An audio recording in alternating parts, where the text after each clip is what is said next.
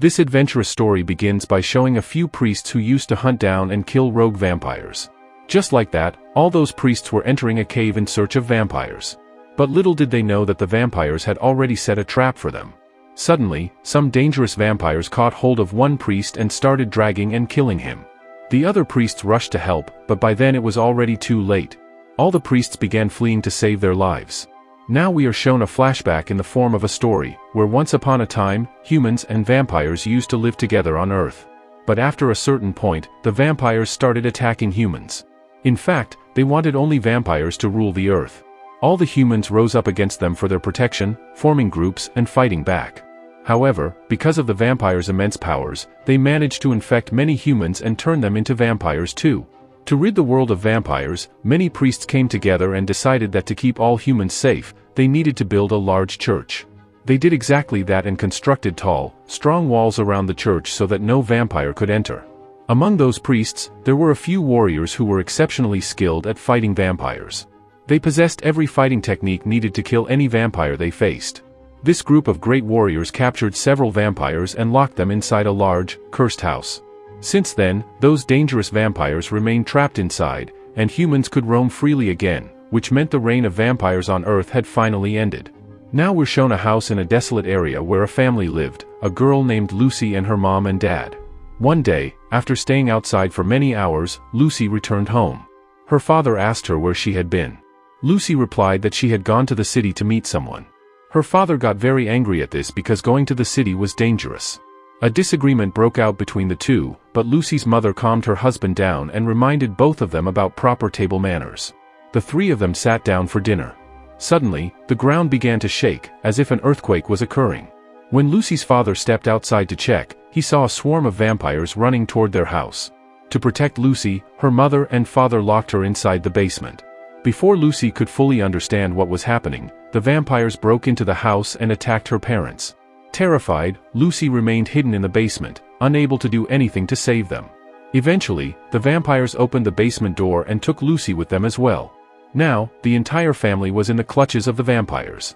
At this point, we are brought back to the same priest who was shown at the beginning of the story. The priest was informing the others that one of their men had been killed by vampires and that strict action must be taken against it. Just then, a sheriff arrived to see the priest, and that sheriff was none other than Lucy's friend, the one she used to meet in the city. When the frightened sheriff approached the priest initially mistook him for an enemy. But then the sheriff told him everything about Lucy and her parents, who had been attacked by vampires. Hearing Lucy's name left the priest in shock, because he was actually Lucy's uncle. That is, Lucy's father was the priest's brother. Now the priest was puzzled. Why would that group of vampires attack his brother's family specifically? The sheriff explained that while the vampires had killed Lucy's mother, they had kidnapped Lucy and her father and were still holding them captive. The priest went to his elder, master/guru, to report everything. He stated clearly that a group of vampires had attacked his brother's family and that strong action must be taken. However, the master believed that all vampires had already been securely imprisoned, making it impossible for them to escape. So how could they have attacked his brother's family? Hearing this from his master, the priest found himself helpless. But as a brother, he knew he had to help his family. Now, on the other side, we see Lucy, who was locked up in a dungeon. But the one standing before her was not a vampire, it was a dangerous man who had kidnapped her from her home and imprisoned her here. Whether he was working for the vampires or had his own motives, that would soon become clear. Meanwhile, the priest was sitting with a companion, thinking about how he could rescue Lucy and his brother's family. But his friend warned him that their master had forbidden him from taking any such action, and if he went against that, many dangers could lie ahead. However, the priest was determined to save Lucy, because to him, she was like his own daughter. With all kinds of thoughts running through his mind, suddenly two soldiers appeared behind him and started attacking. But the priest, possessing exceptional fighting skills, immediately began to take them down one by one. No one had any idea that the priest was so highly skilled, one of those elite warriors who could slay vampires with ease. And if he could kill vampires so easily, humans were no more than ants in comparison. Within moments, he had dealt with the two soldiers. After that, the priest made up his mind, he would definitely go to save his brother's daughter Lucy, even if it meant sacrificing his own life. With this decision, the priest set off directly. To retrieve his advanced weapons, the priest was so confident that he was even ready to break the path laid out by his master. The priest had very advanced weapons, which he began placing one by one inside his suit, as he knew that the journey ahead would not be easy. After arming himself, he brought out his advanced bike and rode off. His first destination was Lucy's house. He needed to inspect how the attack on her home had happened. After carefully investigating everything, he started to get the sense that it was likely the work of vampires. Just as the priest was about to leave, Lucy's friend, the sheriff, showed up. The sheriff requested to go along with the priest to help save Lucy. The priest agreed, and they both set off on the journey. First, the priest took the sheriff to visit Lucy's wounded father, who had been severely injured during the vampire attack. The priest promised Lucy's father that no matter what, he would bring Lucy back safely. After that, the priest and the sheriff began planning together. But after a while, the priest told the sheriff that the journey would be extremely dangerous, and it might be better if he went alone. However, the sheriff reassured the priest that he too had the ability to fight vampires. To impress the priest, the sheriff demonstrated one of his techniques. He sliced a bullet in half using a sword. Seeing this, the priest realized that the sheriff indeed had agility and skills, so he allowed him to come along on the journey. Meanwhile, when the master, Guru, found out about the priest's actions, he became extremely angry. The priest had defied his orders and gone off to rescue Lucy. The master now wanted the priest to be punished. He began assembling a team with the sole purpose of finding and capturing the priest, perhaps even executing him as punishment. After the master's team was ready, they set off in search of the priest. Meanwhile, the priest and the sheriff were steadily moving forward in search of Lucy. Along the path, they spotted some footprints leading toward a house. On closer inspection, the priest realized these were not vampire tracks but human ones. To investigate further, the two of them entered the house. In the middle of the house, a strange man was cutting birds and collecting their meat, a very unsettling sight. The priest and the sheriff approached the man and asked if he had seen a girl named Lucy who had been taken away by some vampires. But the man didn't give them a straight answer. He spoke to them in a very odd and eerie manner. The priest then told the sheriff that they should check inside the house, as Lucy might be imprisoned there. Upon searching the place, they didn't find Lucy, but they did encounter some strange servant-like figures who were guarding the place. These servants behaved very aggressively toward outsiders. As a result, they started attacking the priest and the sheriff. Scared by the sudden assault, the sheriff began to flee. But the priest bravely began to face the strange servants head-on. Seeing the priest's courage, the sheriff also joined in to help him fight. Together, they managed to defeat all the servants quickly. Now furious, the priest grabbed the strange old man outside and demanded to know where Lucy was. However, the old man still didn't reveal anything about Lucy, as if he was only trying to waste time. Then he pointed toward the setting sun, and the priest instantly understood that the man was just stalling until nightfall, because vampires become more active at night. As soon as the sun went down, a massive group of vampires launched an attack. But now the priest was truly enraged. Together with the sheriff, he unleashed all his combat techniques. Using a sharp dagger, he started killing every vampire that came his way. The sheriff fully supported him in wiping them out. More than half of the vampires who had come to attack were eliminated, and the rest fled in fear.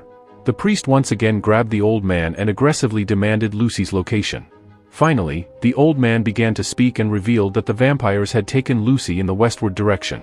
But before he could say anything more, a vampire suddenly appeared and killed him on the spot, because the vampires didn't want the priest and his allies to learn Lucy's location. Now the priest and sheriff had no way to know Lucy's exact location. But they were not ones to give up so easily. They set off again, determined to find her. Later that night, the priest and sheriff were discussing where Lucy might have been taken.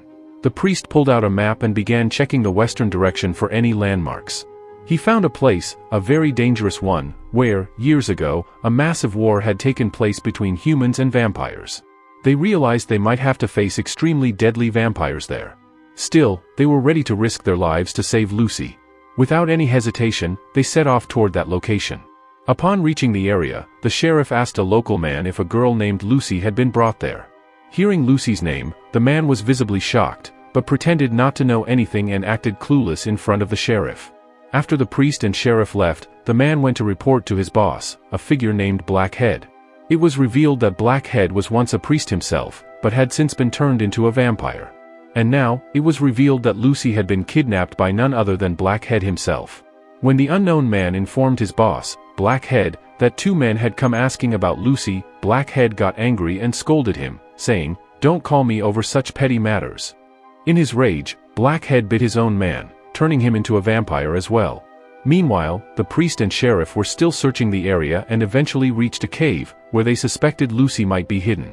Inside, the priest spotted a woman and immediately prepared to attack, but she stopped him and said she wasn't there to harm him, but to warn him.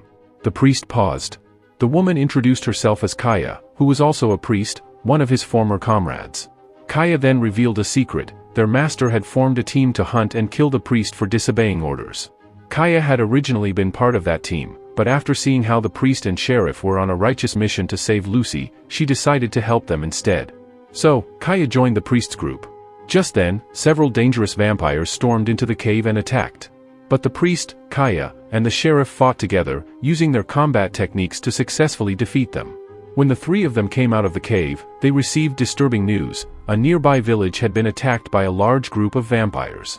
The villagers were now in grave danger. The vampires had spread throughout the village, leaving no one untouched. 3 brave priests had arrived there and taken a stand against the invading vampires. These priests were powerful and began fighting courageously. But soon, Blackhead himself appeared. He was the one who had ordered the attack on the village. Blackhead possessed powers greater than all the priests combined. Using his dark vampire magic, he killed all 3 priests and hung their bodies on wooden poles. He and his vampire army completely destroyed the village before leaving. When the priest, sheriff, and Kaya reached the village a few hours later, they were shocked by the horrific scene.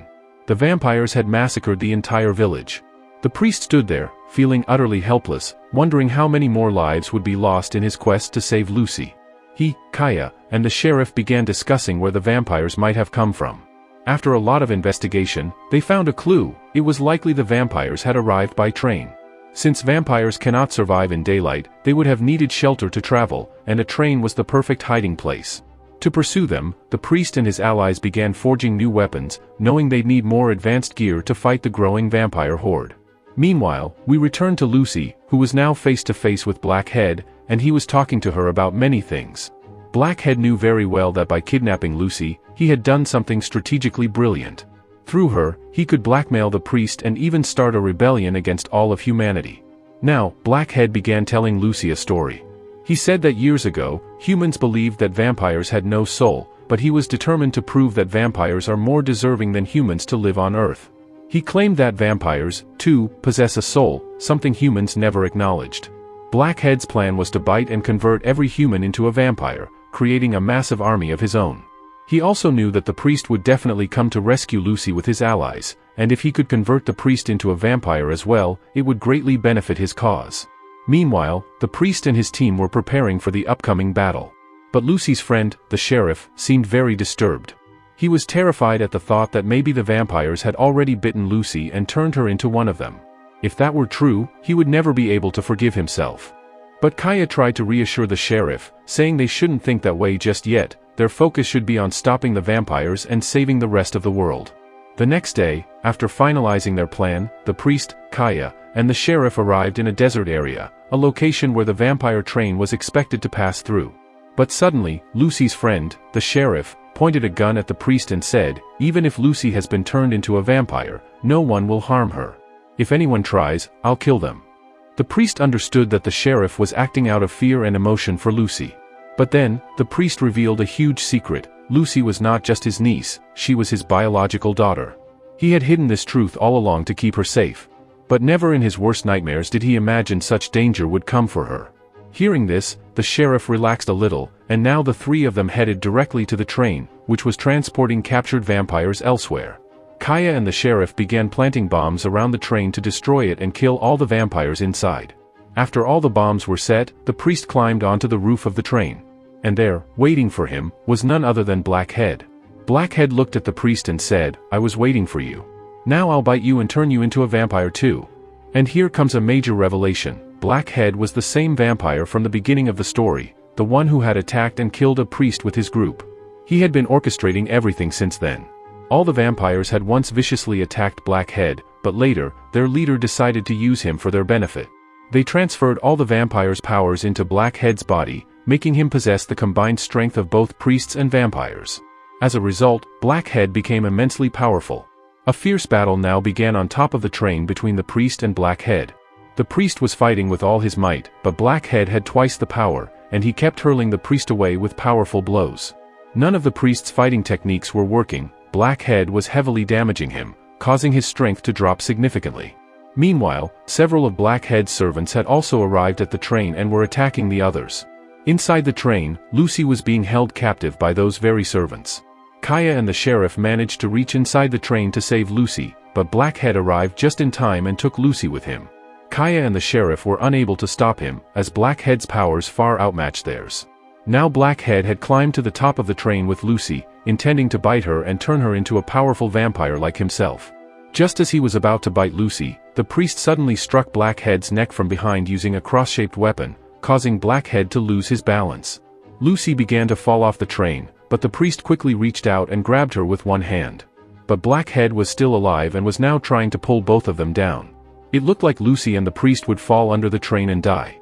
Just then, from the front, Kaya arrived on her bike at full speed, racing straight toward the train. Blackhead and the priest were stunned, unsure what Kaya was about to do. As soon as her bike reached the train, Kaya jumped, and the bike collided with the train, causing a massive explosion.